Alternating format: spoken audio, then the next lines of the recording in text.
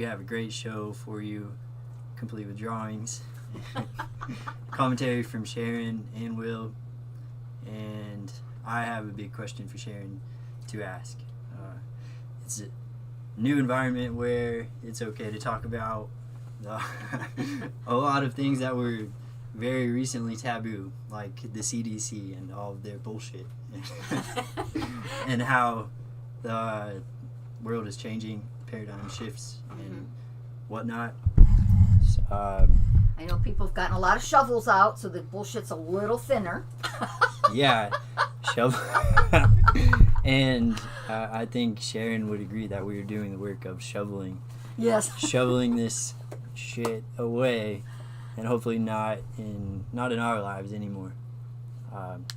So with that, we're streaming currently on YouTube, Periscope, Facebook, and Twitch, and we're here every Sunday. So like, subscribe, follow Sharon, follow the AKRNA Twitter account, Edge of Truth Radio on Twitch and YouTube, and we'll drop some links too, so that you can find us later. And with that, if there's not anything else, I'll go ahead and pose this heavy question. Before you go to your heavy question, I just got this. I thought it was funny. When you're talking about, okay, we're shoveling a shit, so what we're doing is we all have we want to say our attractive field. So as we're shoveling out the BS and getting the shit out of the way, we're taking our vibration and we're shifting it back to have more clarity. So our shit harmony magnet means where harmony is growing with truth and information and awareness as we're taking the shit magnet down, which is pretty much ego, fear, and help me. Pity, helplessness. Yes, helplessness, and reptilian brain. Let's just attack everybody, burn the cities down, and let's just try to not use the intelligence that we have, and let's use instead our physical violence. Yeah, animalistic nature. Exactly. Whereas we could be using our reasoning and thinking and regenerative brains. Right. And body. And you got to come to the Facebook webpage for just on my stream, just because when he talks about animalistic mind, yeah, there's some really crazy animalistic mind, and that's what we're seeing out there, the worst. But there's some brilliance in the animal world. Like, we saw a family who has a wonderful lab, and we all know they're brilliant. And it's just funny because the dog is insistent that he must take this mask off so he can see the face of this other person, and there is no peace with that dog till the mask has been removed. It's hysterical, and yet it's something to ponder. Yeah, I think I can play the video for comic relief before we... Oh, cool. That would be great fun. Yeah, before we it's kick very off. enjoyable because it's innocent and it's sweet. We're doing this live, so pardon. And since he's at the switchboard, it's going to get done. Here we go. No, this stuff is pretty easy. In Manchester. I've got these new masks for work. We've all got to wear these now. Look at this. Dave. He's watching you. He's watching you. The Malones. Hopefully you can hear it. Hopefully our listeners. It doesn't like these masks for some reason. Oh, he's taking it off. Dave, Yeah. Clever boy. Dave, what are you doing? Let go, Dave. Let go. Let go. It's all right, not bad, isn't it? Oh, that pinged right in your face. Doesn't like these masks, Dave. I'll tell you that. David. Dave, let go, Dave. David. Let go. Dave, right. If you can't see it, he's Jesus. pawing and biting that dude's mask Dave. off, and it's so funny. We can't make it bigger. Maybe can.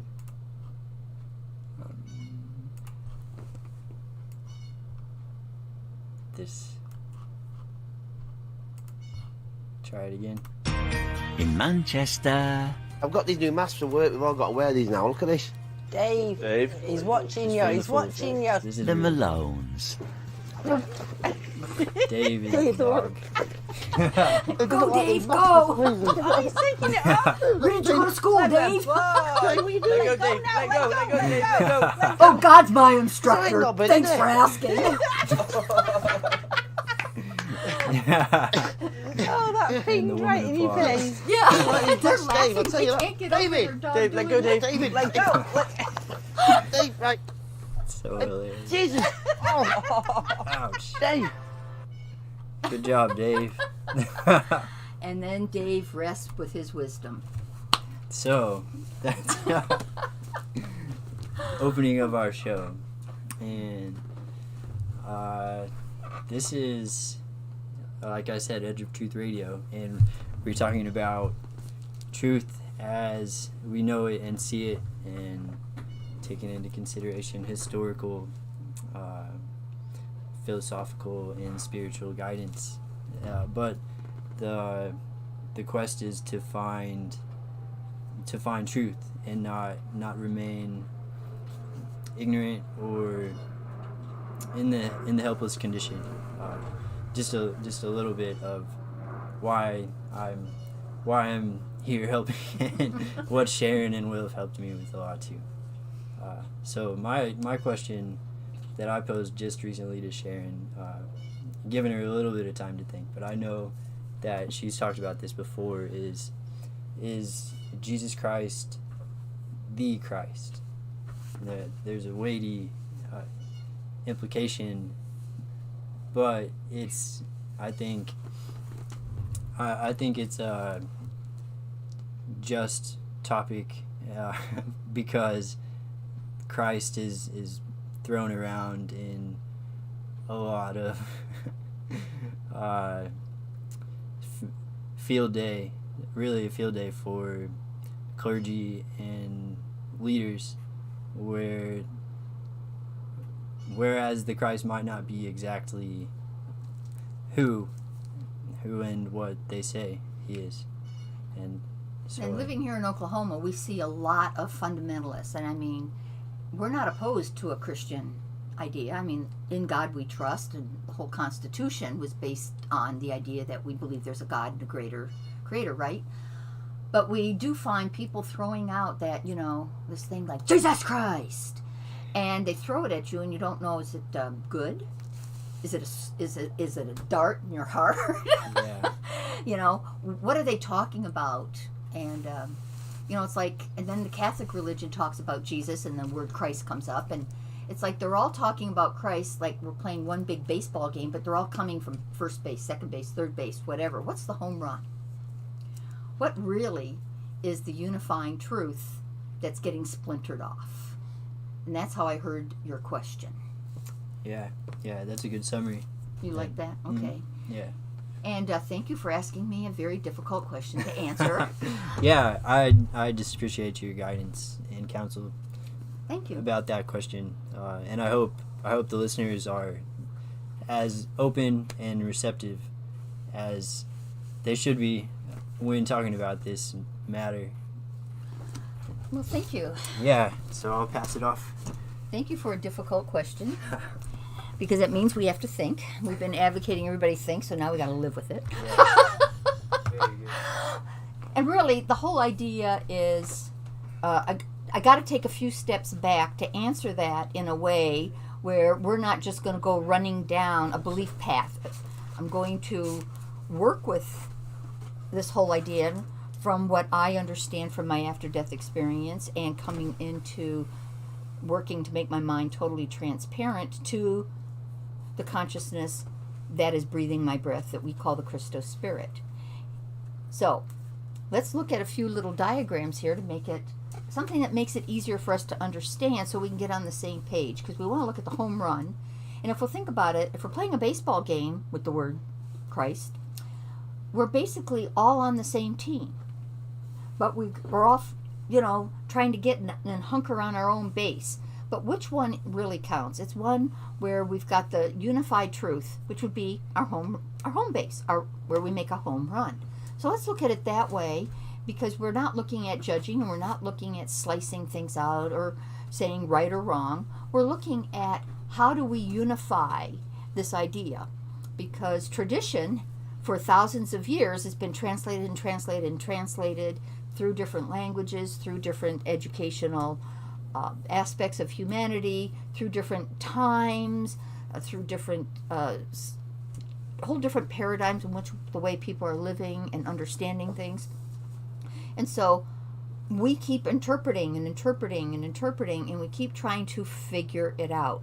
And trying to figure it out is very positive. But have we figured it out with traditional thought? So I'm going to share with you an understanding from Gnosis, which is knowing. Okay? And see what you think about it. Just, I'm not asking you to believe it. It's just the way I'm going to answer his question. Show the book that you're taking it from. All right, I'm going to talk, and these diagrams come from this book called Tango with the Divine, and it would behoove you to get a copy. Mainly because you could chew on it and think about it. It's not going to hurt you. It's not going to ask you to be believed. It's not going to destroy you, but it will give you some very high-level thought that's been reduced down to like its prime fraction thoughts, which we talked about on an earlier show, where you bring everything down to its most simple but complete idea. So if I'm always saying 1/2, it's much easier to understand if I'm saying, 8/16, right?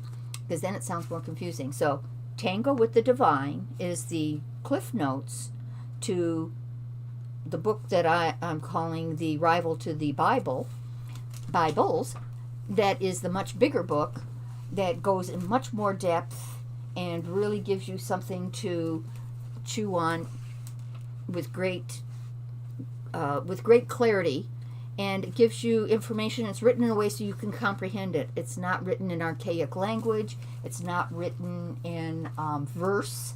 It's written in a way that you can, in modern times, be thinking it through and say, okay, and you stop, you think, and you absorb the idea. And then you say, okay, that's an interesting piece of a puzzle, and you put it up, and then you read another one. So it's great reading before bed, and it just, as it keeps going, you start to see answers to mysteries that have been escaping you.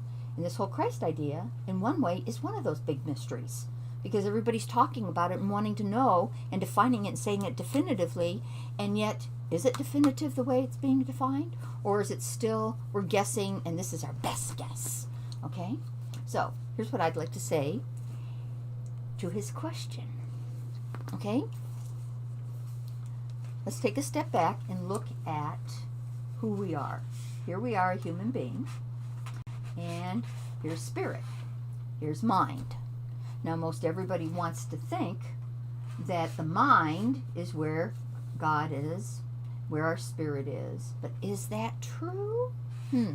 Let's go over here and look at this picture for a minute. Here we see circles, a huge, big circle that's all-encompassing, and everything within it is contained within it.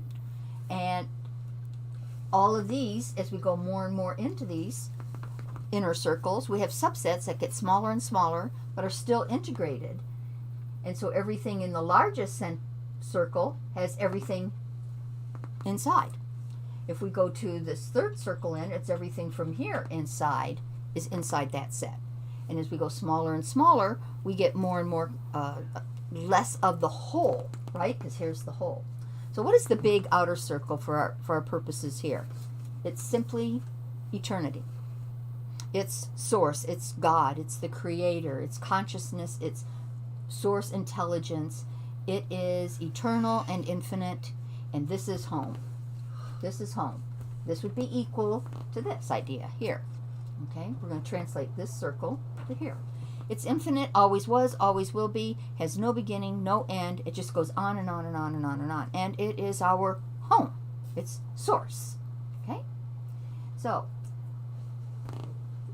this circle here, the second big circle that we have in black, would be the mind that is this universe. God's creation for this universe. Our life, our world, what we know. Will, what page is that on in the Tango book? 235. So on page 235, you'll see a much nicer version of this and a really nice, simple explanation that gives you more to think about, and you can see how much sense it makes. Yes, Will?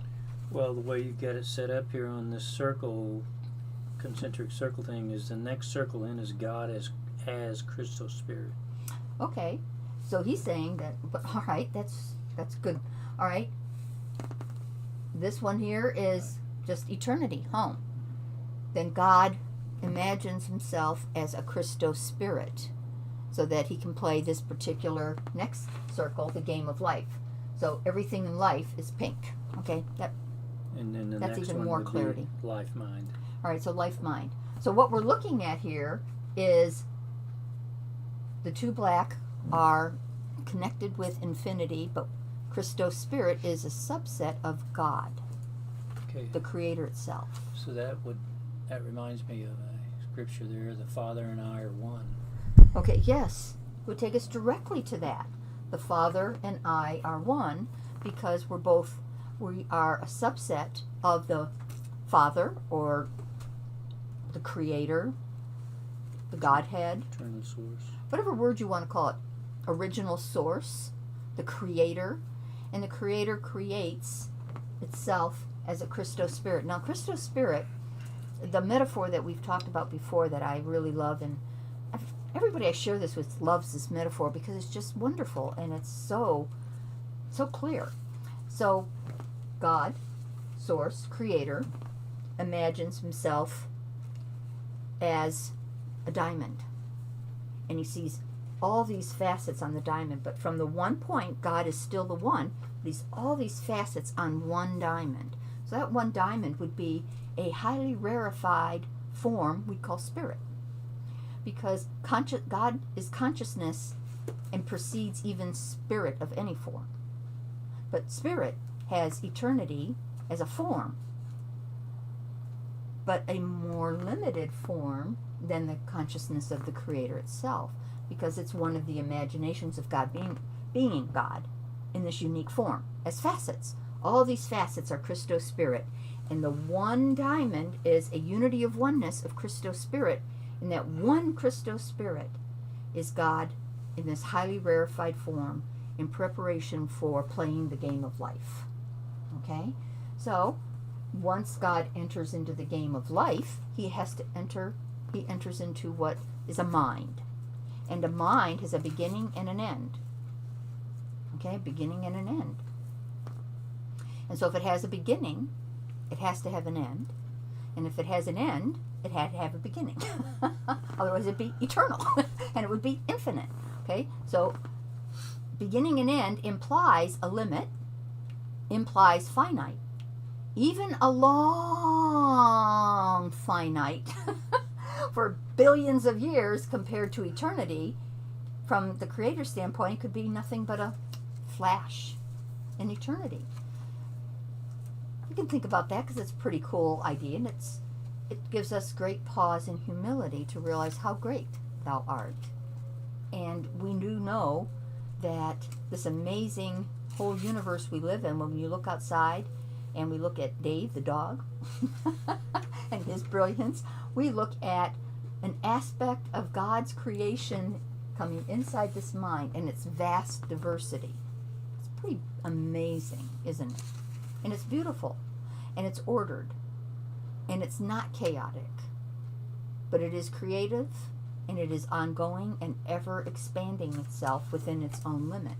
Okay? And it's virtual. This is real, eternal, and anything inside is virtual. It's imagined having a beginning and an end. So it's virtual. Okay, that's interesting thought. And nowadays we're smart enough and we have computers that allow us to contemplate this depth of understanding of our Creator and our relationship to the Creator, because the whole understanding of a virtual reality inside another reality is something we can actually experience with computers, right?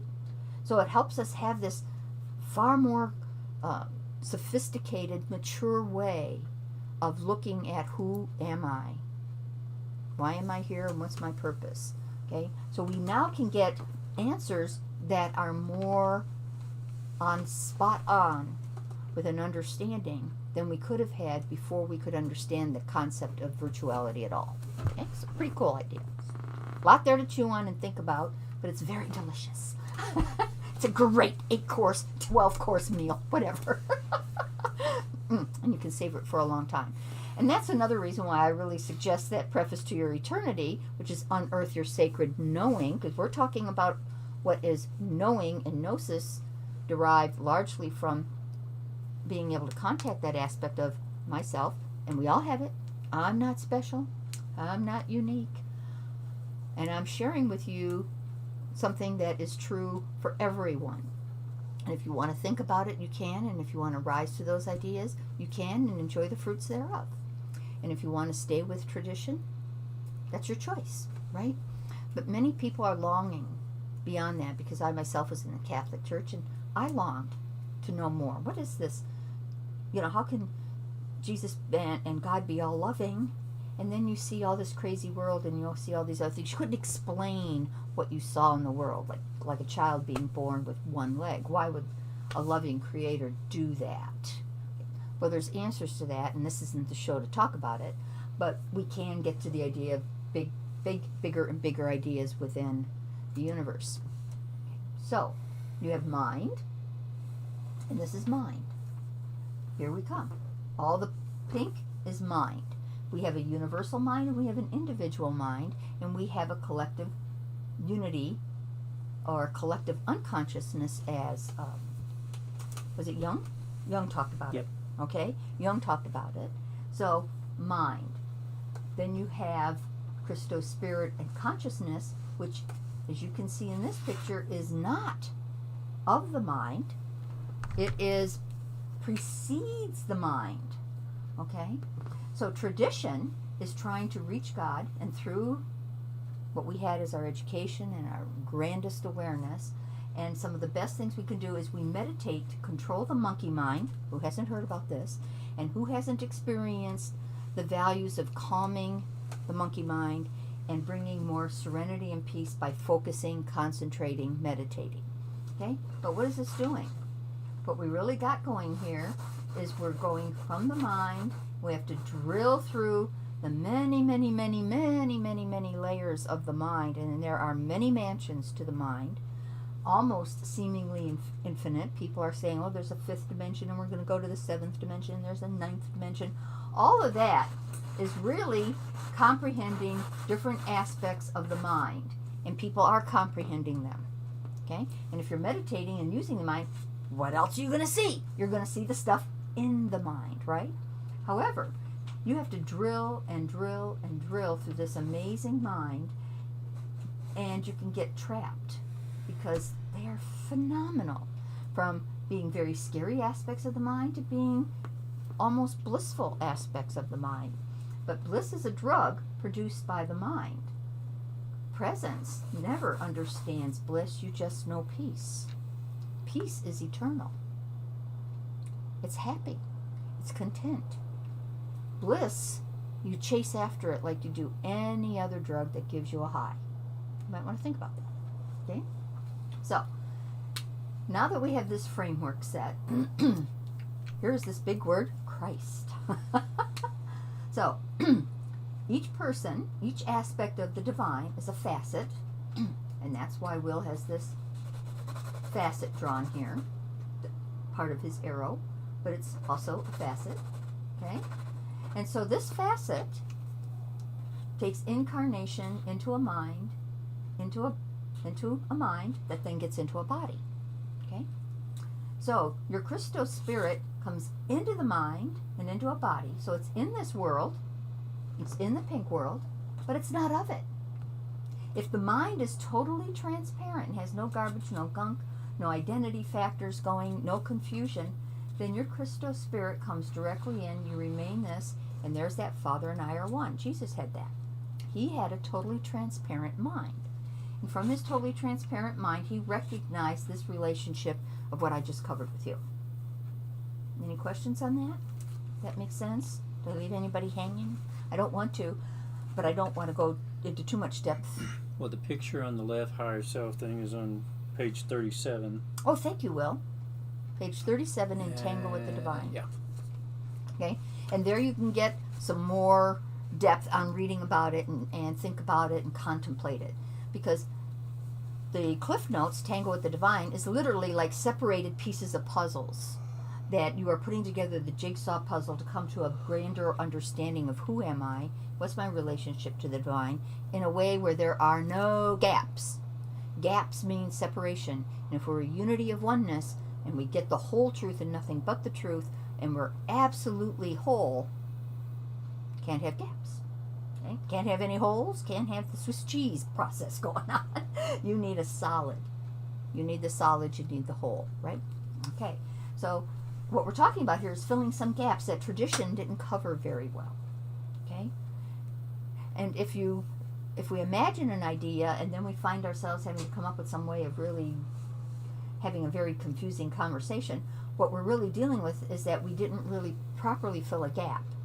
And the gap then takes us to another gap or to something else where it's not cohesive and coherent. It has to be cohesive, it has to be coherent, and all the pieces have to fit together. Just look at it simply. If I give you a big box with 1 million pieces to make this huge grand jigsaw puzzle, you're probably going to want to just really get mad at me if I take out 5 pieces. Because you don't know where those 5 pieces are going to screw you up, and they could be very key pieces that you need putting that puzzle together. You also would do much better with the puzzle, putting it together, if you actually saw the big picture as you're putting it together. And you say, oh my God, they fit, they fit, they fit, they fit, they fit, they fit. The idea is a jigsaw puzzle without any gaps or holes is whole and complete. And the mind works with the jigsaw piece puzzles. Your consciousness has the big picture up front. Okay? And so the more you've made your mind transparent, the easier it is to leap over the mind, when that's what self-gnosis teaches you to do, to get into a very personal relationship with who you are, your infinite self, on the other side, that is who you are, to get back home. So there's the prodigal son story again. Okay? So, let's go back to the word Christ now. Okay? So, you're a Christos spirit who comes into a mind, and if the mind stays transparent, you become a human being. A spirit in a man body. Okay? So, if the mind starts to cloud up, get darkened, get gaps, you start identifying with being the human, because this is an ego mind personally. You've got the life mind inside of this mind. See all these little things, okay? There's lots of ways in which you become hypnotized, because the mind is a hypnotic type of vehicle to consciousness. So you are a spirit, you are consciousness, you are essentially formless. And we could say spirit has a rarefied form, but essentially, for our purposes, it's pretty formless, okay? And you come in, your pure presence is what you are. Your consciousness, you're an intelligence. And now you get into the mind and imbue yourself. Now, if this is all totally clear, your Christos spirit, the mind labels everything. Oh, the mind has to label. It cannot identify consciousness, which can just know. When I had my after-death experience, I just knew things. And it took books and years to be able to translate what I knew, to get it into the clunky communication process of words, which were linear. Because it was whole. It was a complete idea. It was a gnosis. It was a knowing. And how'd you get the knowing into words that made sense? So when you're talking, people weren't going, huh? What are you talking about? We don't comprehend what you're saying, okay? And that is always the challenge of when you are aware and your mind is transparent, how do you communicate with everybody else's mind that is not transparent? And if you love, as Jesus did, as Buddha did, as Krishna did, as, I'm not going to name every single one, every aspect of God embodied, okay? You want to share with the rest of the diamonds, the facets of the diamond, the same truth you are awake to and aware of through your transparent mind, because there's only one desire. We're all home again. We're all one. We're not split and fragmented and in the world and attached to the world and thinking we're different and thinking, oh my God, everything in the world matters. I mean, are you short? Are you tall? Do you have a peg leg? Are you beautiful? By what standard are you? What color are you? What size are you? What country do you live in? What's your culture? I mean, my God, we can go on and on and on and on and on. You see what the mind does? The mind fragments and separates, and it's a separation consciousness machine, and it entrains us, and it magnetizes our mind into the stupor to become hypnotized to externalizing this part, where we are thinking we're in the world and we're of it. And then we get attached to things in the world because we think we are it. Here, we forget that we're really this infinite spirit that really is just playing a virtual reality game. Can't get attached to virtual reality. Yes, Will? So in respect of we're in the world and we're in it and all that, Mm-hmm. a good way that I've got across to people over the years is you've just become a big conceptual machine.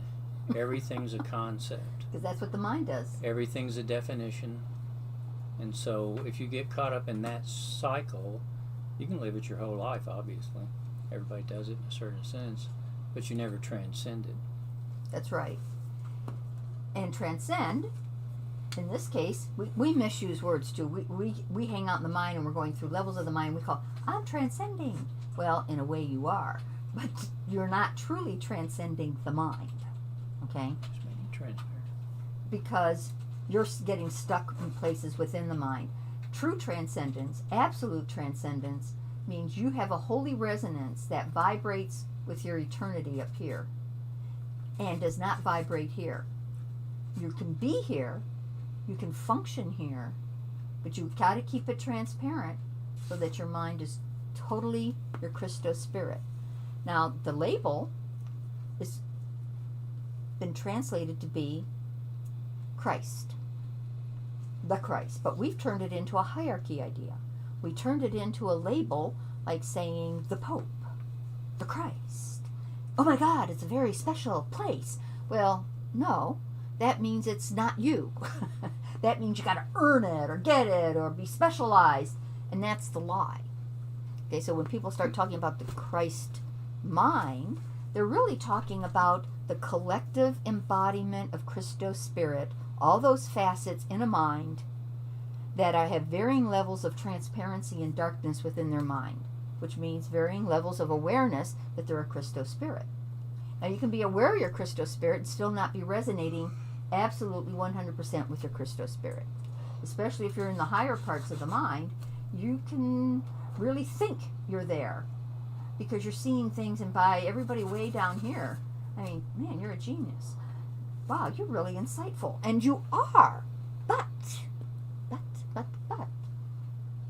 you're still in the mind, and you have not completely made yourself so transparent that your Christos spirit is what's actually communicating, your presence. You're still translating and conditioning your Christos spirit awareness and intelligence through mind limits, mind beliefs. So this will be something to chew on. Do you think your Christos spirit and God says, gee, I wonder if I'm really God? Do you think the Creator is going, am I a creator or not? Or do you think the Creator, God, Christos spirit knows? No, I know who I am. I know I'm a facet of the divine. I know I'm an expression of the divine as this diamond, and that there is no such thing as independent Christos spirits because we're all a diamond. I mean, you can't take a facet off a diamond, so let's keep it that simple, okay? So if you can't take the facet off, you can't be anything except really a unity of oneness. Now, you can play the game in the mind because it's a virtual reality, conceptual, hypnotic place. And you can then get so completely hypnotized and so completely blind and darkened here that you can't really see this reality super clear. And then you start to say, you know, hey, I'm special. Hey, I'm a guru. Hey, I'm a special person and I know more than you. No, we all know the same amount. We just don't remember, and we don't have clarity. We don't have cohesive and cohesive coherency of what our jigsaw puzzle of the truth. Yeah, that's what it's really about. Okay? See how we're not getting into judgment? We're not getting into pedestals, because all that is being in this world and of it. You got to have hierarchies in this world. You got to have labels. You got to be special. You got to be, I can't be you. Because I got to be me. And by being me, it means I got to be special. Instead of I got to be me and you got to be you. And man, let's share our diversity and our differences, because that's what makes a diamond, and each facet receiving the light and love that it is coming from a different angle. So what gives it its brilliance. And when you're in this world but not of it, and you're really, your crystal spirit presence is who you are and is thinking you and breathing your breath, you know, it's not hard for you to comprehend how we're all equal. There is no such thing as equaler. There is no such thing as more equal. Only the mind can screw with that kind of stuff. So, Jesus Christ was really like you and me, a facet, born upon this planet, a Christo spirit, just as beautiful as you or I, but his mind was totally transparent, and he could bring a great deal of clarity to people in teaching and trying to get people to comprehend and see what they could see at that level of awareness for that time.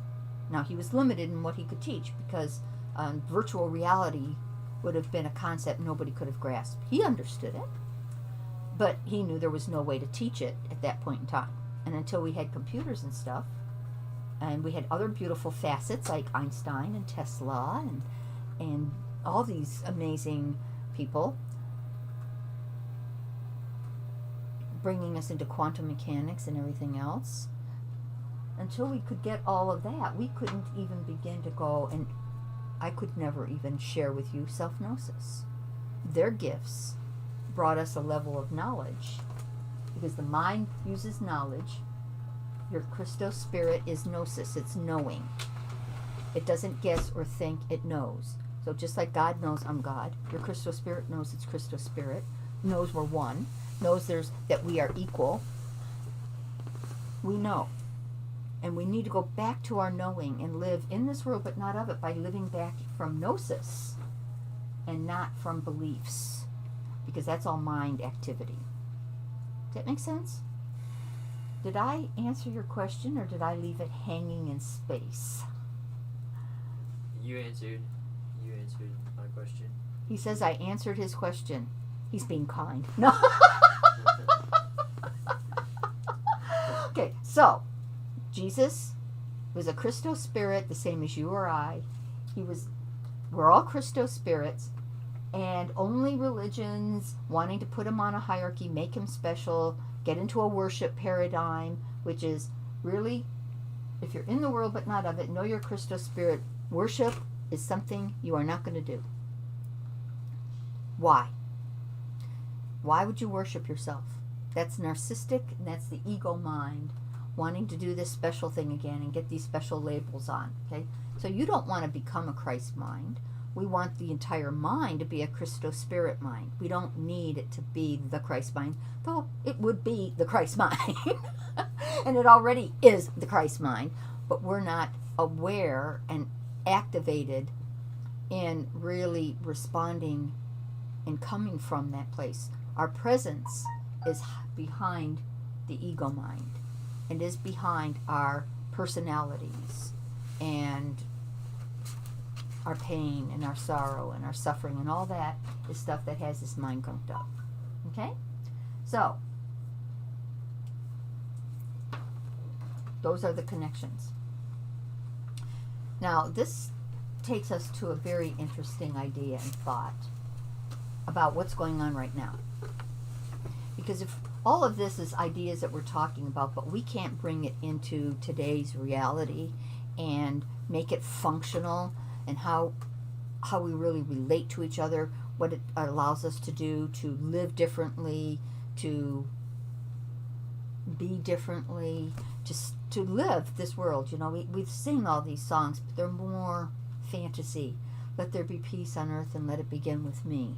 Okay? Well, that's it's based upon a true understanding that we're all Christos spirit, and if there's going to be peace on earth, let it begin with me, is correct. That means you got to get your apprenticeship with your higher self and clear up this mind and come back to your gnosis and stop being a believer, stop being a mind junkie, and start being a Christos spirit.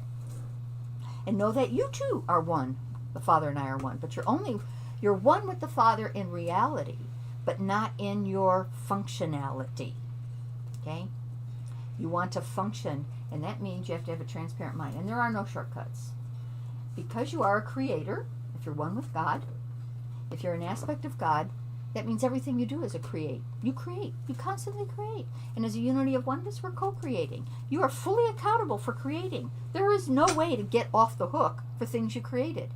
And as you come into your Christos spirit, you realize you're shifting the energy field with every creation to make it dark or light, dark or light, and you get it, and you're accountable. And you wouldn't say, I'm not going to sit there and say from my Christos spirit awareness, I really want Will to undo some of my crap.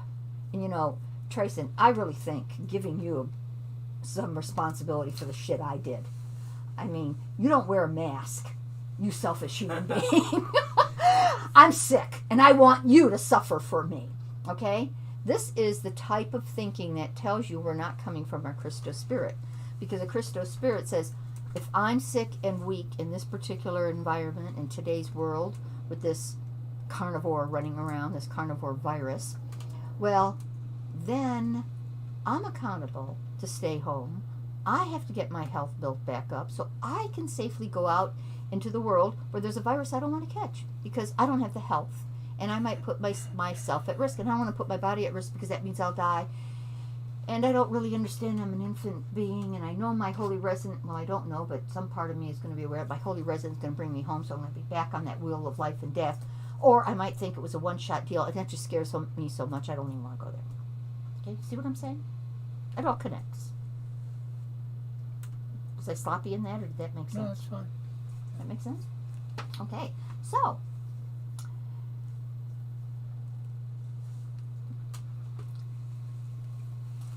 I saw something the other day that I thought was really beautiful because it upped the ante, just like from Gnosis upped the ante of the Maslow pyramid. Now, what he came up there was the Maslow hierarchy of needs that we evolve through. And it's been very useful, and it is very, very helpful because it gives us a bird's eye view of this mind and what we're doing with it as we are trying to ascend through the mind. And ascending through the minds means we're maturing and we're making ourselves become more refined, and we're moving closer to being able to recognize we're a Christos spirit rather than an animal on the planet that's called a human being. Okay? So, let's relate this to where we are living today. Okay? What is going on right now? We heard somewhere around March that, oh my God, there's this deadly virus and we're all going to die. And we're going to see people dead in the streets, and they're going to have to bring semi-trucks to pick us up. There's going to be so many of us. They're going to have to cart them off and burn them because there's so many dead people at once with, and you didn't see 1 million people running out and opening funeral homes. I'm making light of it because in retrospect, it needs to be made light because it was exaggerated and it was fed to us, and the first thing it triggered was the physical body, a biology, our biome, being told that the way God designed us and made us was not good enough, that somehow science was going to save us. Yay, science to the rescue! The big cape. In comes science and says, here's what we're going to do. We're going to quarantine healthy people, and we're going to separate everybody. We're going to go straight to separation consciousness. Okay? And we're going to destroy our lives. We're going to put ourselves into so much danger by completely shutting ourselves into an isolated place that we're going to dehumanize ourselves. Now, they didn't say that, but the very instructions of what to do and the fear that started feeding, that's exactly where it went and what they're doing. And we can see that in retrospect now, can't we? You'd almost have to be blind and refuse to see what's before you to say that's not correct. Anybody want to weigh in on that? As far as what element? About the whole idea that what was it, somewhere in March, we were locked into an idea of going into fear, and that we all had to get separate from each other and start to fear human beings because we were carrying those dreadly, horrible viruses, and if we went and lived with other human beings, we'd start killing each other, and how dare us. And really, that was if you think about it, a pretty contracted, very, very fearful, very ugly story for us to sink our teeth into and start living by. Well, I think it was very well thought out. I think it's all been planned. And that's what I said. In retrospect, we can look at it and we can see it didn't make sense. If we were really coming from our Christo spirit, we would know, whoa, wait a minute. Unless now this is going to take us back to the idea of religion for a minute. Wait a minute. Religions, you have failed your people. Why? Because you stopped talking about God and understanding God as the divine and having the intelligence, wisdom, beauty, and love and brilliance to already have created a body that knew how to handle this kind of thing. There's so many ways to look at it, but I'm going to go just with the simple bottom line one. The immune system knows how to bring in different kinds of viruses and germs and everything out in the environment and bring them in, and has all these amazing systems. I love to hear Jared talk about the way, the tonsils pick up stuff and it comes through the nose, and how they all talk to each other, and the body starts signaling itself and starts creating antibodies, and it starts creating this whole thing. Jared gives the most beautiful explanation I've ever heard of. So Jared, thumbs up. But you're not here, so you'll all have to wonder how wonderful the way is he speaks about it. Yeah, Dr. Jared, Awaken Chiropractic. Yes. All right, Dr. Jared, Awaken Chiropractic. Thank you, Trison. See, Trison's our helps us hold together. Here's the book. Here's that. Sharon, they want to know who Jared is. Yeah. Oh, thank you. And so, this whole idea starts out, and the next thing you know, we're all coming, and we've been dragged down by science to be right here at the physiological aspect on the Maslow pyramid, which is just, what page is that on, Will? Just pure survival, very reptilian brain.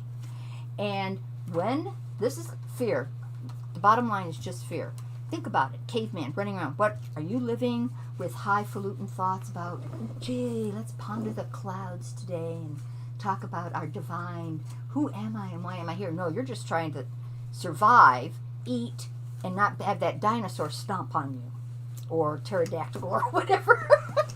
You're trying to just get through each day, and fear is keeping you on an adrenaline run.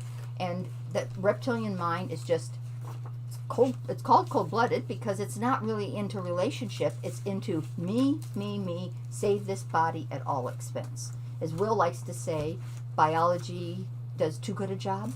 No, that's not the way to say it. Nature has done too good of a job in the survival aspect. That's right. And it just, when it kicks in, man,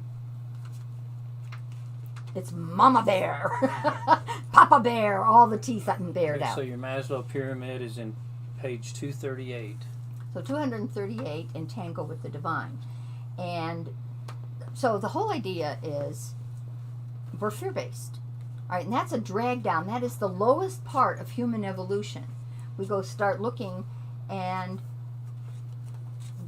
as we evolve, we go into getting safety. And then when we start looking for safety, we start banding together with other human beings, and we try to protect each other. There you see tribes coming in, and you see wars, and my tribe has got to make sure your tribe doesn't try to steal our food and all this other stuff, right?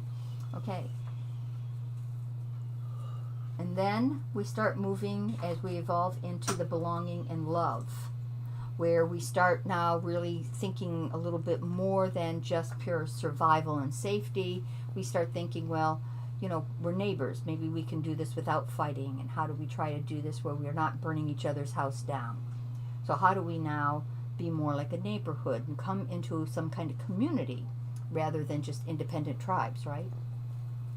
And then we start having more reflection about, we're starting to feel more about our Christos spirit. And so we start thinking in terms of self-esteem and am I worthy, and that I can do a good job, and I'd rather, if I'm going to do a job, I want to do good, better, best. We want to build a career on our integrity. We want to build a reputation as not just any old carpenter, but we want to do it as a really good carpenter. People talk about and they'll say, ooh, we want to hire you because, man, we love the way you make these things and it lasts. And you make crap. I mean, it's broken inside 1 year. You know, and we didn't save anything. With your chair, we bought it and it's 100 years old and it's your family line. Wow, we love this stuff. And here we're buying all the time. And we're actually paying you more for crap and junk, okay? Here's what we're doing in the self-esteem area. Well, we've all seen that. We know what that's about. And then we start evolving. And really, right now with Aquarius, there's a lot of stuff shifting us to come into self-actualizing. And here's where we actually start to think, I want to meditate. I want to clear my mind. I want to find my divine. I want to know about being, I want to accept accountability, call it karma, for what I've done. And I know that I have to take accountability for my actions. And then, look at, there's a lot of growth that happens in the self-actualizing area. But this is now bringing us into human potential and our spirit self. So we're hitting and breaking into here, and there's people all over the place. And self-gnosis is actually, there's a glass ceiling here. And as you're meditating in the mind, because this is still really the mind, okay, you can see your spirit potential. And you can see it, but you don't completely grasp it because you're not into it yet. You're still seeing it and conceptualizing it. And you can draw a lot of conclusions that say, and we can see, and I see it all, we're seeing it, it's like amok. Okay, we got right now, and I know people are going to get very mad at me for this, but I'm going to say it anyway. Climate change! Oh my God. Okay, have we done things that are wrong on this planet? Absolutely. But is this whole ridiculousness of, you know, we can't eat meat, even though we have a teeth structure that basically says we are an omnivore, that our body biologically still needs to catch up and still has a need. It's nature. It needs to be nourished the way it needs to be nourished. And not the way, eating is not a philosophy. It is a physiological reality for our body. Okay? So, from a self-actualization standpoint, at its very immature levels, we get carried away because of the Tao. We talked about that on other shows, and you go back and refresh on that, where we go from extremes, one extreme to the other. Okay, conserve, liberal, conserve, liberal. Okay, and then what we're missing is, as we get higher up the self-actualization, is the awareness from our Christos spirit that the balance point, a little of both sides in a relative world, is where we find the truth and we find workable answers that are sustainable, not our fake sustainability. So we have people right now, from our immaturity, who are trying very hard to self-actualize and saying we have to only eat vegetables. We can only have non-meat sources of food. Okay, and so as a result, we are willing to buy, for example, this GMO food that's grown in a lab, literally grown in a lab, on GMO yeast, out of a slurry of, I'm not exactly sure what, but it's totally artificial food, tastes good, looks great, and we call it, what are they calling it now? Things, I think they're very proud of it, the Impossible Burger, or something like that. And there's, I think 2 or 3 of them. Beyond Meat. Beyond Meat is another one. Okay, and so Now, if you are really a socially responsible person, you will eat this totally artificial food. Totally artificial food. What? Do you think my body, my biology, and that my crystal spirit loving this body goes, you know what, body? You are going to do what I philosophically told you to do. No. You're not having that loving relationship where you're respecting Mother Nature as her body that you're in. Because basically we have this mind, which is the ego mind. We also have another little mind down here called the body mind that goes to the actual physical body, which is talking about at the physiological safety level that dominates, that we've often called the reptilian mind. Now, we can also call this functioning down here very much sympathetic, okay? And up here we can go more parasympathetic, and it goes to a central, again, we're talking that center line. So we know that the more who we are, we're going to function more around the parasympathetic, which is able to do peace. Now, let's go back to here because we want to relate to what's going on in our world right now. So we were drawn into here around March, April, May, June, okay, July, August, September. And some people are starting to get really sick of this isolation, this constant trying to hide ourselves, okay? If you notice here, we see a face. That's part of being human. As you come up into the self-actualization and self-esteem and love and belonging, we need the face to care about each other. Without face, we're living purely at the physiological end, where it's nothing but the body. Running around, stomping on the ground, finding my own food, caring about myself, and there's no big concern that you're looking up and going, oh, hi, Will. Hi, Trayson. You walk into a room and a little child, hi. You know, what are we responding to? A face. A face is giving us that facet. Those are the facets of the divine. Those are our crystal spirit's expression for this given lifetime. We do not want to separate from that. That gives us our humanity, the spirit in man. Get it? Can you start to see this? Man, I'm not saying wild, crazy, off-the-wall stuff here. It logically fits together and it's very coherent. And it doesn't, it's not a bunch of free-floating ideas. They're cohesive. They come together. Okay? So, we're very aware, and we've heard it all the time, and most people have a lot of awareness, that at the physiological level, when we are living from fear, what do? There's only a couple responses. Fight, freeze. That's right. He said fight. Okay, we all know what that is. Resist. I don't want to hear it. I'm going to knock you down. Verbal abuse would fit in that category, right? Who do you think you are? Okay. Fight. Flight. What? Who are you? Woo! Take off. Okay? Freeze. I don't even move. I just stare and I walk around like a zombie. I completely dissociate. Okay, we've seen all three of those with this COVID thing, right? So let's relate that to mask wearing for a moment. Okay? What's the fight? Well, you're being separate from each other. You're not seeing the face. Right. Also, you're denigrating to your own physiology because you're having all this feedback in your system, which we've heard that you get pleurisy, pneumonia, thrush, rashes, Staph. Wow, staph. Ugh. MRSA. Some people, it's been even going to MRSA. I mean, really, this is denigrating the body. Just like we said, the whole idea of going back to the climate control and trying to say we have to control what is natural. No, we don't have to. We want to do it responsibly, but we don't want to totally end it and eat artificial food.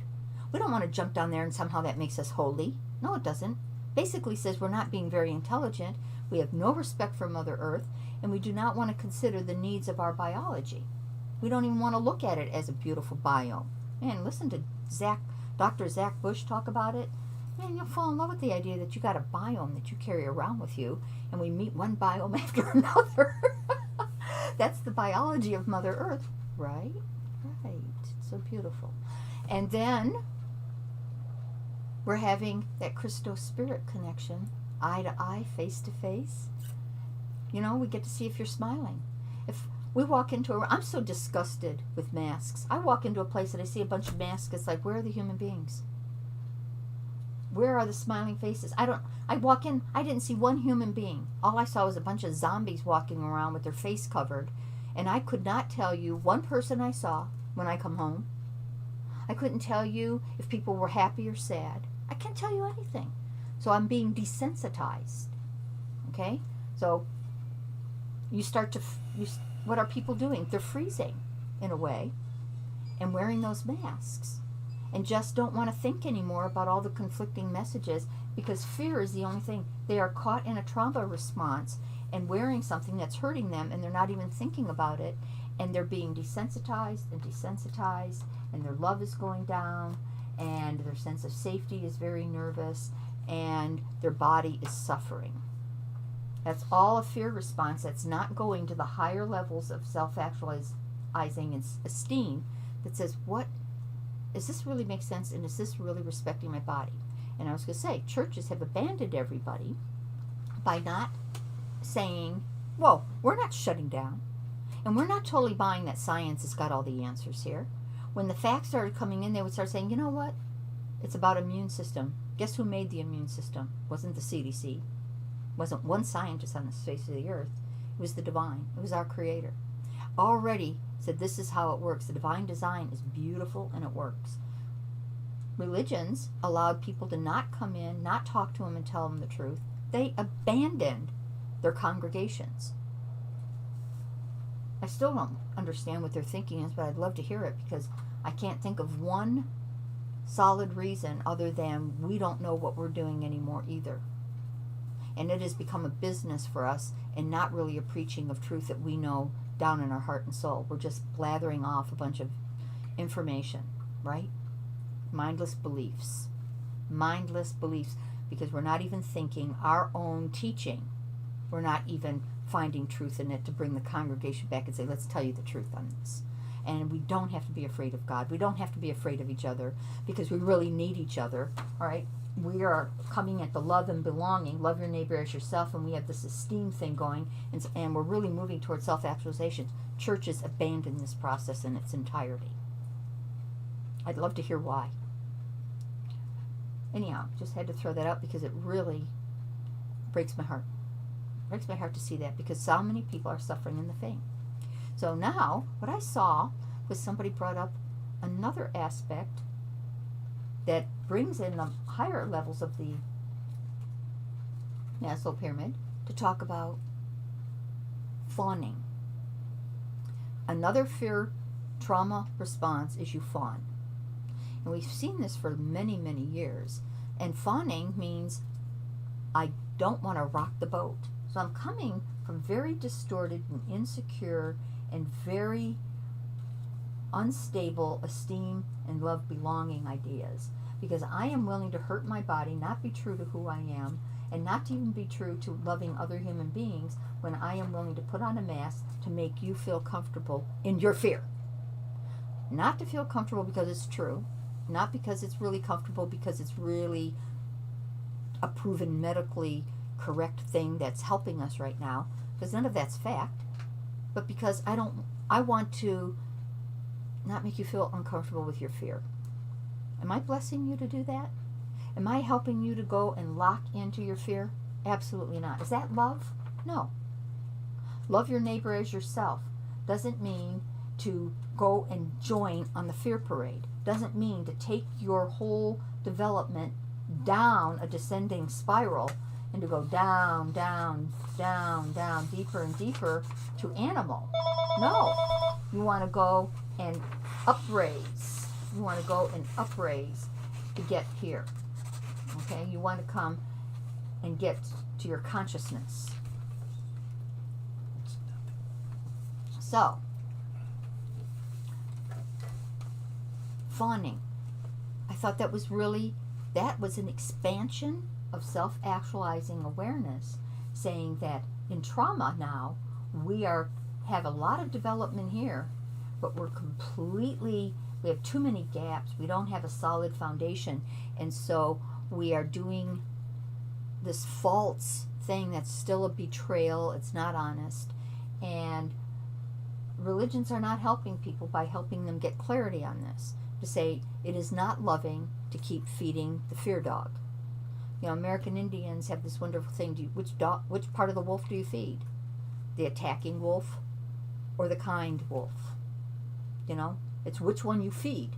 Well, if you keep feeding off fear and you keep saying, I'm going to make you feel better, I'm going to do this, even though it betrays my health, even though it betrays my ability to stay connected with other human beings, and it starts to make me more inhumane. I start contracting and I get angrier and angrier and I get more and more filled with fear. I got to go into depression. You know, there's suicide and there's people beating up their families and abuse is going up. All this stuff is happening because we're feeding this by using fawning. It tells us we're not as healthy as we think we are. Do you see what I'm saying? Okay, so fawning, where we placate and we don't want to rock the boat, that is not healthy. So it is another trauma response that's coming up here. And if you really move into self-actualization, you change your behavior completely. You don't fawn. You start to say, no, that is not true. I must be brave, and I must tell the truth, and I must be a model of what is healthy. And so people can say, why are you not wearing a mask? Well, because it's harmful to my body. Because it's harmful to you. Because it's not true that we're stopping the spread. Because it turns out, when you get the facts, that, you know, it's like 0.3 microns, and there's no mask that's a 0.3 micron mask, because if there were, you'd be suffocating. So it doesn't do any good in that regard. The behavior of saying when you're sick, you don't go out. Smart. Oh, my God.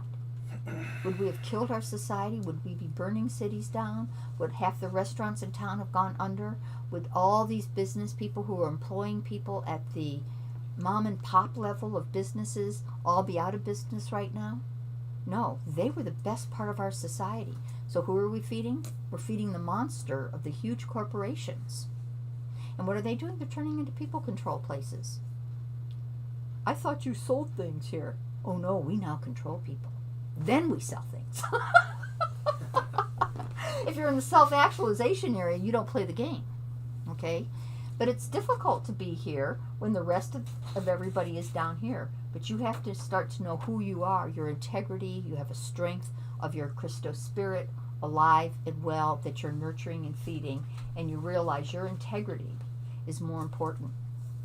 And many years ago, I was offered a job and went through some training to sell pharmaceuticals. And when I saw how doctors were playing, you know, getting points for putting people on experimental drugs, and they didn't have to tell people they were putting them on the experimental drug, and they could earn a trip to around the world, they could earn a trip to Acapulco, they could get a car, there were all these different prizes they could get by how many points they had. And they would even be bringing their patients back in for backup calls. They didn't even have to tell them you're a guinea pig. They didn't even offer free appointments. They kept making money on it. For all these backup appointments that were doing nothing more than giving the drug company the feedback they wanted and the doctor additional points. That was just so outright outrageous to me that I thought, even though I could make so much money, I had to sell my soul to do it. Clearly I didn't. And I'm much happier living a life with a lot less, but still having I have my Christos spirit. They're living in my presence every day. And I'm working with Holy Resonance, and I'm much happier. I find deeper meaning, and it's easier for me to go out and speak the truth with people.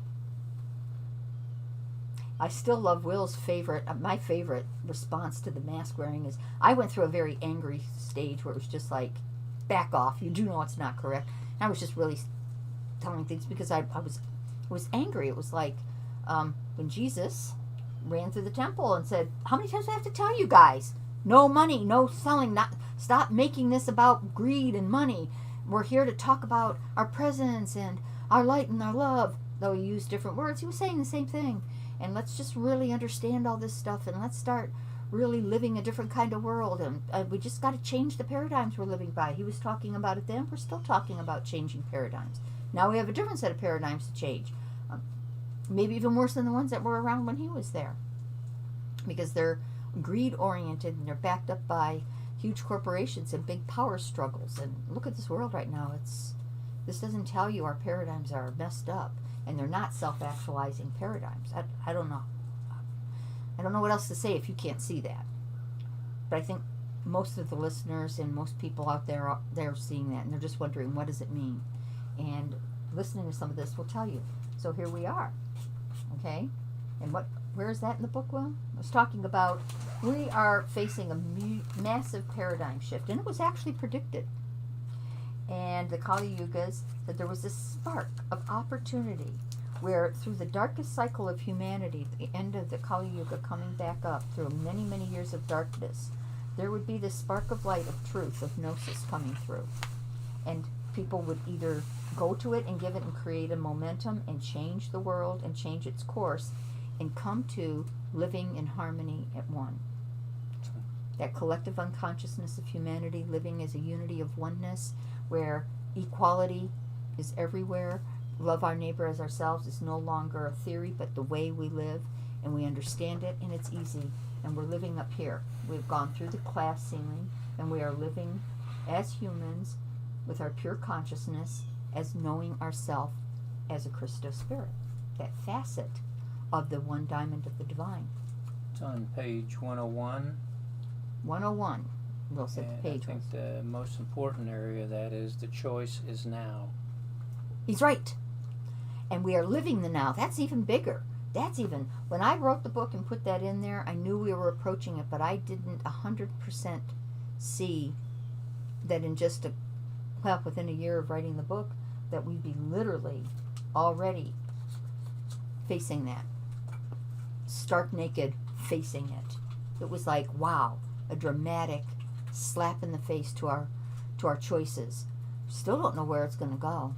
But I do see, and I'm sure everybody walking around out there, we are seeing that America is being divided on this. People who understand there's accountability because they're self-actualizing and say, we have to take accountability for our choices. If we want to be free, we have to make sure we're free. It's not just something that's handed on a plate every morning like a piece of cake. Okay?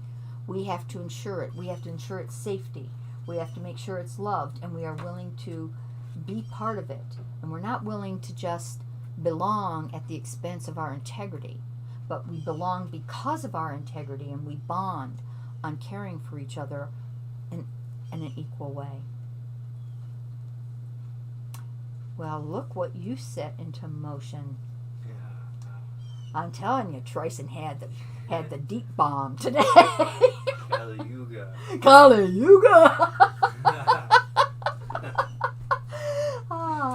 Okay, so unless there's any questions or anything, I would like to turn today over to Will and let him share with you some very important today things. But and think about how all of this actually is fitting into this kind of thing. Okay, these understandings, because these are the bottom line puzzle pieces that the rest are just symptoms of. It's just like if you have a disease, you want to go to its core cause, not all the symptoms. Right now we're getting lost and drowning in all the symptoms. Here's the core we need to be looking at to get back to, that is struggling to surface itself and say, we got to be free because we've got to be the Christo spirit that is me. We want to love our neighbor as ourselves because that's who we are. And we're not doing this by capitulating to mask wearing and giving up our freedoms and pretending like the body's need and people who are doing beautiful farms and everything and growing foods and raising cattle for food. We need to do it in a loving way. That's not the way corporate does it. Absolutely make that change. But there's beautiful mom pop businesses that are showing us the beautiful way to raise the cattle and bless them and thank them for what they are bringing into the cycle of life. We have to honor Mother Earth's cycle of life because our body is a part of it. Our Christo spirit can transcend beyond it, but bring that beauty into daily life. And feeding Mother Earth pure artificial food is an insult to trusting the divine in Mother Earth. I thank you, and till next week. Will, take it away.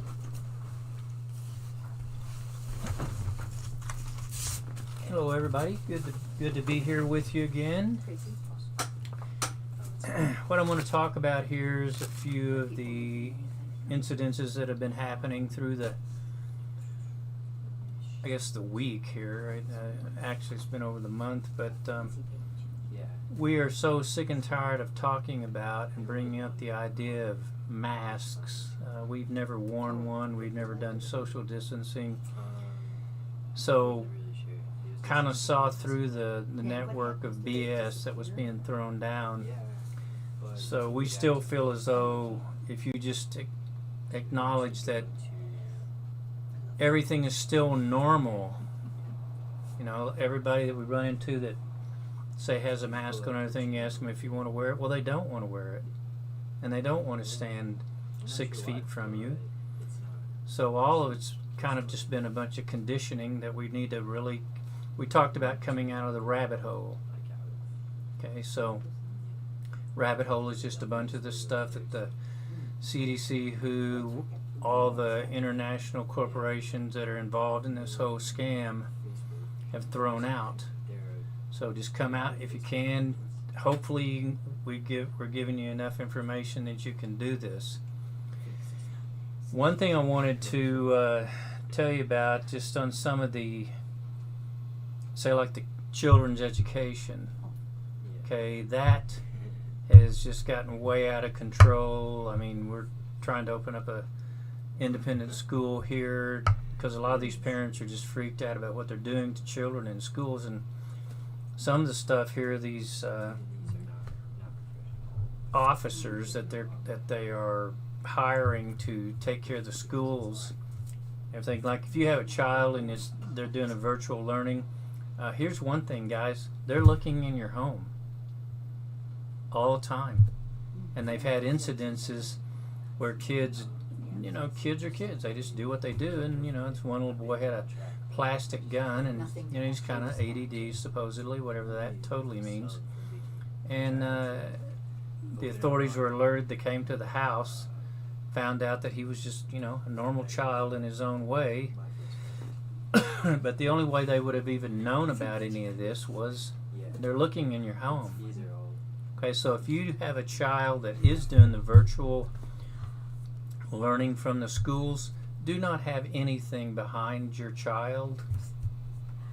Okay, have a blank wall. They don't even need a picture back there. This is how they're setting up this is basically a police state. Okay, you may think that's extreme, but think about it. You let everybody just look in your home all the time. Okay, you don't even know who else that information and those videos are being passed along to. So anyway, a few of these incidences with children have really bothered me in the sense of they've been choking them, they've been putting them in handcuffs. They put a 4-year-old in handcuffs and then took him to jail. Okay, this is just totally, the whole thing's been off the rails, but this is way down in the valley kind of crazy stuff. And so they find out a lot of this stuff, and they've got these officers at the schools, and they've tased children, and then they've took them to jail in handcuffs. Now, really, this is what we're gonna bring our children up in? Is this kind of society? This is just totally out of control. It needs to stop. And it's all been proliferated by this virus scam. Okay, so we really need to stop all this because our children are being harmed daily. And your home is being invaded, and you're letting them. So if you can, get them to a private school or do a home school. Keep them out of your life because they're not going to back off. This is a international way of invading your life, and it's not called for, but you're letting them do it. And just a few other incidences here on the mainstream. You know, the Spirit Airlines incident where the guy had a flag for a mask and everything, or it was a scarf, whatever, and they told him he had to pull it up or do it the right way, which was down on his neck. And he said, well, I'm not going to do it because there's really no rules that say I have to do it. I'm wearing a mask. That's what you want. They said, well, you're not doing it. You're wearing an American flag and you're not wearing it the right way anyway. And so he says, well, I'm not going to talk to you anymore. So they said, well, when we land, the police will be waiting for you. Okay, so the airlines are already suffering monetary deficits and everything, and then they're doing this stupid stuff. Okay, so it's just some stuff to watch out for, because if you're flying around the country or taking some kind of transit, and you better find out what they're doing. Anyway, they have had cross country, some groups have got together and just burned their masks. I mean, it's totally appropriate. This has just gotten totally out of control, as all of you can see. Even if you are wearing one, you probably don't want to, and you're suffering for it. We gave you what the symptoms of stuff that can come out of it earlier.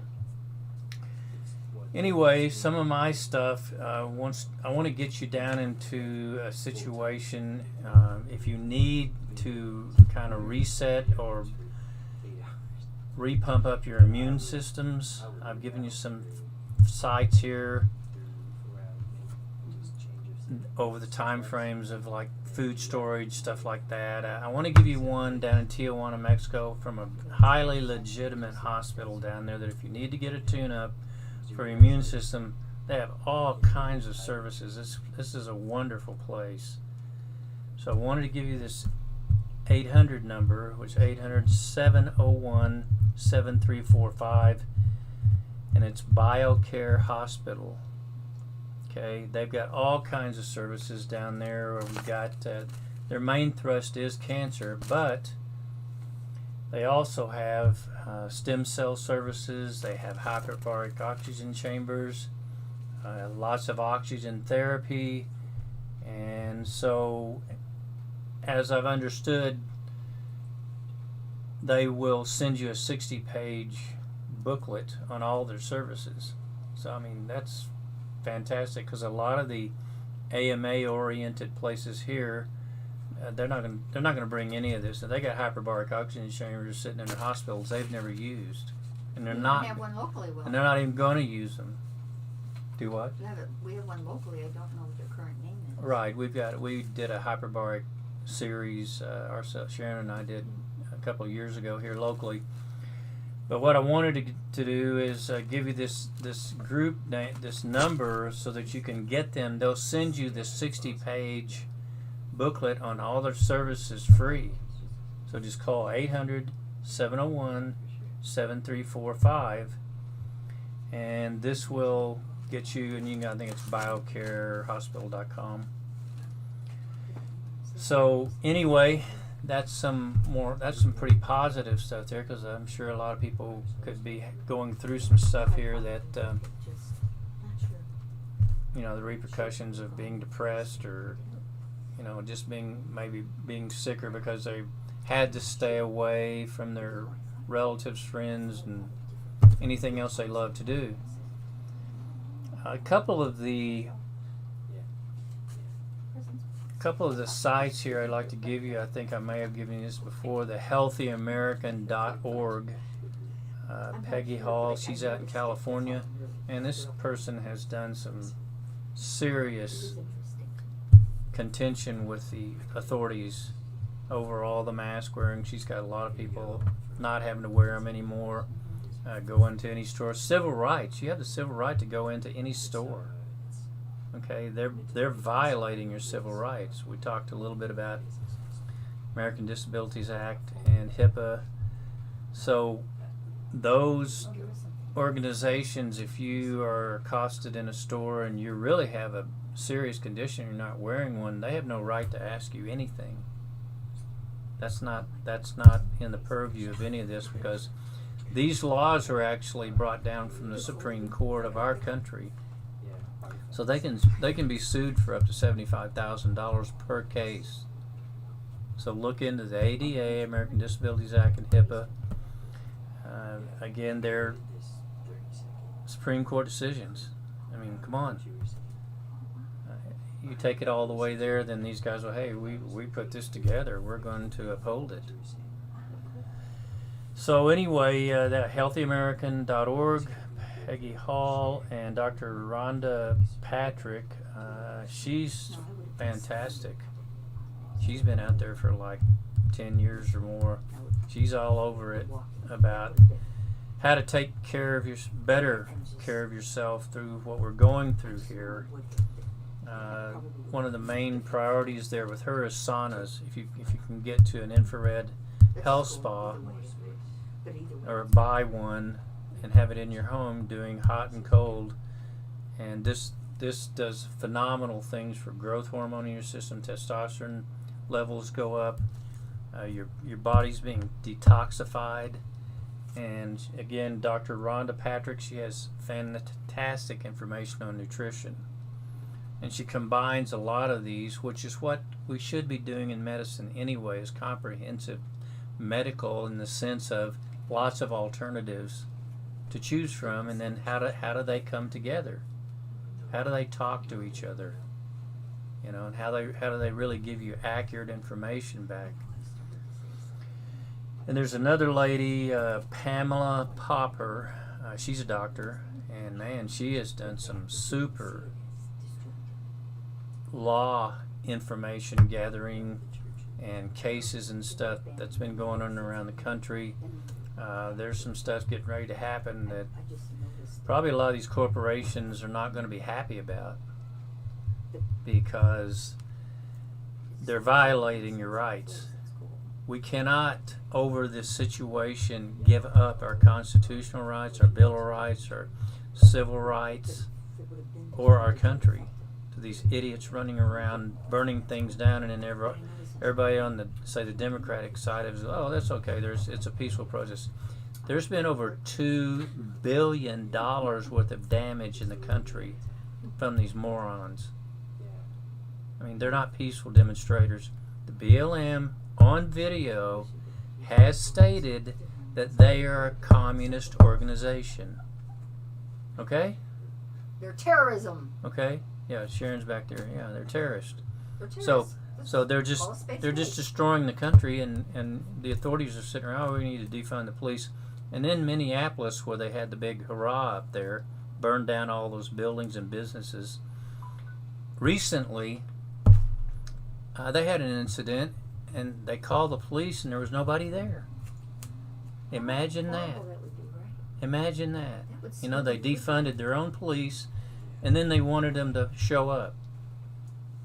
I mean, what happened? Those people should have never been in office in the first place. You people who are voting, you need to get a consciousness. This is just some ridiculous incidences, and it's happened in Portland, and Tristan was just talking about Seattle and all the nonsense that's going on out there in California. What is wrong with the West Coast? I mean, really, what happened to you guys? Did you get too much sun, or what's the deal? We don't get it. Really. No, you have no awareness, and the stuff you talk about is just absolutely ridiculous. So some of these people have been ZachBushMD.com, fantastic site. It'll open your eyes to what the whole foundation of this whole situation, the viruses and the bacteria and the fungus are. I was just going to say, hey Vicky, it behooves you to check out some of these links. Okay, guys, I will be texting this stuff to you so you can. Yeah, there she got her thumb in there. Okay. Hi, Vicky. Also, Dr. Mercola, MERCOLE.com. He's fantastic. He's been around for decades. He's done massive research into nutrition, exercise, supplements. Yeah, what's one? Can you repeat the phone number? Can you repeat that phone number? Sure, you bet. Okay, the phone number for the Tijuana Hospital, 800-701-7345. And man, I tell you, these guys, they're even into MS, fibromyalgia, and you know, they're not holding anything back. They're a solid group. I watched the videos on them, and the guys that run it are just impeccable. Some of those guys have been doing hyperbaric oxygen chambers for 20 years. So if you go down there, you're going to get some results. But you don't know what they are. So yeah, we're not making any, guarantees here. Remember, you're free and it's a choice. That's right. And these are just options and new choices that are being hidden. And so we're just opening up a treasure trove box to say, oh my God, look at all these other goodies you can explore from a more self-actualized way of thinking and offering yourself options that are more evolved than just these, right? Well, and as you ascend on up, you're going to want to help other people. Okay, That's right. So you're sharing all this information. Is what we're trying to do. Is say, look at all this that you're not seeing. So. Oh, wait a minute. That reminds me of a cool idea. As Will was saying, is when we get up here, you're wanting to share and help other people. What's interesting is when you're really functioning from this area, from the more mature levels of it, you want to share like we're doing right now, people telling the truth, going out. Like I get a call from Chrissy and she'll say, it was really kind of rough today. We had to go to 3 different restaurants, wouldn't let us in unless we masked up the entire family. And so we just went away. And by the 4th restaurant or so, we were able to get what we needed. So it's hard to be a truth teller. It's hard to hold on to your integrity. So we have to have these talks with each other. So you're helping because people need to see the truth.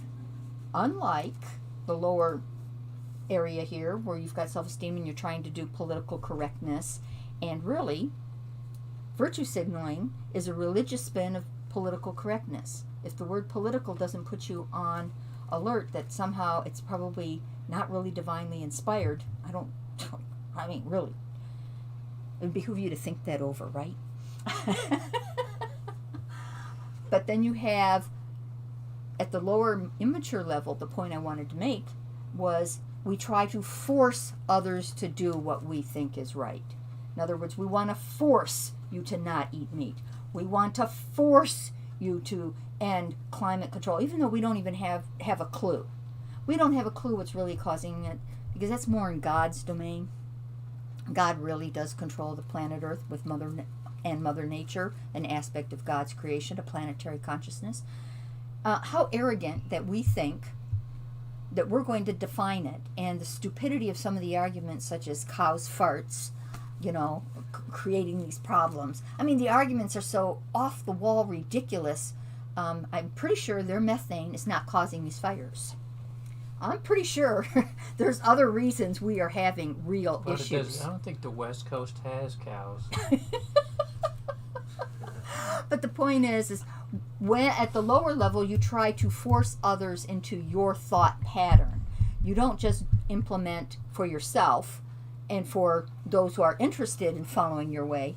You try to go and then regulate it and demand that people do it and get angry if they don't, and try to take away their freedoms in your effort to promote your agenda. That is not self-actualization and helping others. Did I make my point? Sure, that's great. Thank you. That's a very good perspective to make it, because we've had several friends tell us of their experiences around the city here of the people that are our friend or just part of the community, becoming a police force. Why don't you have a mask on? All this stuff. It's like, really, this is what you got to watch out for, people, because that's exactly what they're going to turn it into if you let them. And not what you do there is you have this lower functioning here. It's not really love. It's not really esteem and helping people. It's not even just really wanting to belong. It's trying to force you to capitulate to their fear and say, you must, if you love me, respond to my fear. No, that is not how it works. That is force and control, and that is really losing your humanity and proving that you are so consumed with your fear that you are in a fight, flight, what was the other one? Fight, flight, freeze, and fawning. Okay? And you're using fawning in a violent way. That cannot be love. We must be free. Oh. We got a comment here. The West Coast does have cows. That is why they are having so many fires. Oh, I guess I stand corrected. Methane is dangerous. Of course, we know that's Vicky. Anyway, funny. another site here, Brighteon, BRIGHTEON.com. It's a offshoot of naturalnews.com. And so what they share on there is what the big tech groups won't. They'll just hack away at these videos. They won't show them. They'll take them off the videos. Well, Brighteon, through Mike Adams with Natural News, will bring those videos to that site, and you can watch them. It's a big variety of issues and topics. It's a really good place to go, really. So is Natural News as far as that goes. Anyway, I just wanted to connect with you guys on some of these issues. I did hear one thing, I'm not sure if it's totally true, but that the new iPhones coming out will have some app options that you can get if you want this one. You can put it on your phone, and apparently there's been assumptions made that they may just turn the app on anyway. And what it does is it if you're near somebody with another iPhone and the apps are on, and you've got this, it's this contact tracing type of thing, it's not going to be a good deal. It sounds like it. Again, I'm not sure that's totally true, but it did come through the grapevine there. So you might get a visit whether you like it or not, just because you have an iPhone. Anyway, Sharon, do you want to say anything else?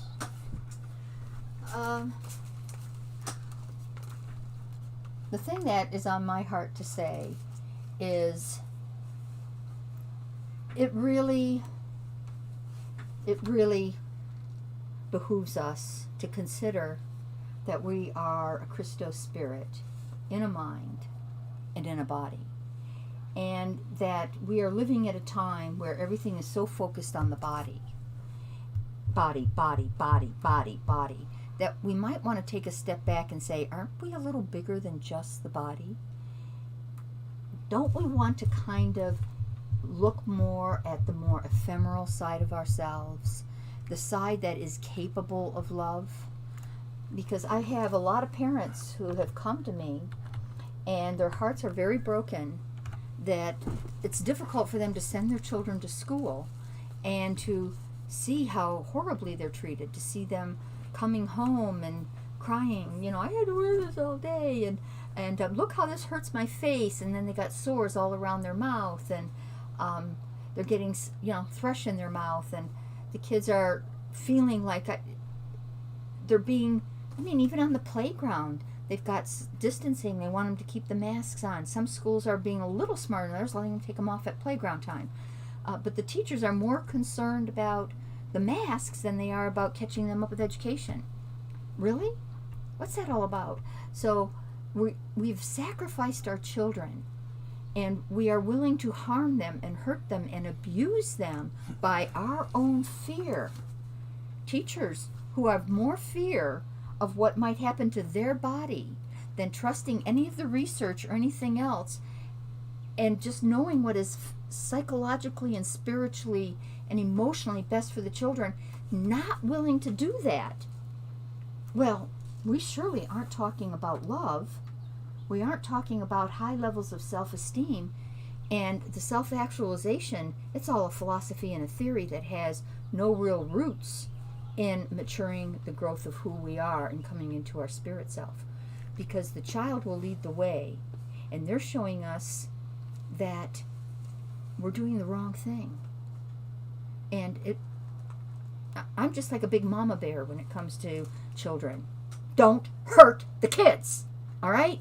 Grow up and stop it, all right? Stop it. Back off hurting the kids. All right, other than that, I'm very peaceful. Okay. No, but really, we have to be that way for our kids. We can't just throw our hands up and say, well, I complain and I tell the principal I don't like it, but I send them back. No. You have to champion your child. You have to find ways to not let them be abused like that. They're precious. They're tender. And that kind of damage could become the type of thing that is not easily rooted out of their psyche because they absorb information, especially if they're 7 and younger, particularly younger than 7. They absorb. And they don't really question, is it correct or is it wrong? You don't want them to become desensitized to other humans. You don't want them to lose the beauty of the face. I mean, really, think about it. You walk into a room, kids need to see who you are. How can they know how to relate? They relate fully through the face. Why do you think they're pulling those masks off? Like the dog we saw earlier. One other thing They here know. with the schools, we heard that they are they're making the children pull their masks down, take a bite of food, and put the mask back on while they chew their food. There's one school that locally that's doing ridiculous. that. I'm appalled. I'm absolutely appalled. I just want to go in there. If I had the power, I would go in and fire every teacher for cause and say, look, you guys do not have the courage, the integrity, or the strength to be working with these children. You're not honoring them. You got to go. We're going to have to find some people who are worthy of being in that role of teacher and assisting parents to do the right thing for their kids. The only good I hope that comes out of this is that parents pull together and they start putting onto the ballot and saying, look, we want our money back. You give us that voucher and we pick the schools. If we think the public school is just really sucks and is hurting our kids, we want to take that check. It's our money, and we want to get them a good education where they're not being abused. You know, I know how this works. You'd be surprised how these schools would suddenly solve their problems, would not be going after the mask, and they'd start teaching instead of worrying about 6 foot distance, keep this going, sit over here, sit over here, sit over there. You'd be doing your job, kids would be socializing. I know I'm on my soapbox right now, but when it comes to kids, you hit my passion button. Let's not tolerate the intolerable, especially with our children. It behooves us. We have another good comment here where we're talking about the kids eating Thank you. and the masks and everything. It's come from our friend Vicky. If we are supposed to fear spittle, how can there be spittle while chewing? Oh, Vicky, must you be so brilliant? You're just really having to stretch our minds to think so much deeper. But we love you for the stretching. Totally hilarious. Okay, well, I think that's pretty much the end of our show today. And thank you for allowing us to be in your home and in your heart and for us to share. And thank you for listening. And thank you for considering more, taking the lid off the box and at least thinking more. Okay, so... And I would like to say from last week, Mr. President, we're still waiting for some answers. Please, we need to know. Those questions we asked last week are vital. People want to know the answers. We didn't ask them rhetorically. We asked them sincerely, and we're waiting for your answer. Help us get American life great again, so America can be great. Because without us, the people being happy and sharing and being social and having fun with each other again and joy back into our life, which is quality, what are we really talking about? We cannot miss that. That's the vital factor. Okay, so the Tijuana number again is 800-701-7345. Get your 60-page booklet on what they offer. So from Tryson Graham and Sharon Quinn and Will Gable, we're really happy to have you with us again today, and hopefully we'll see you next week on the Edge of Truth Radio. Take care. Hit the buttons, Will, which I forget to do.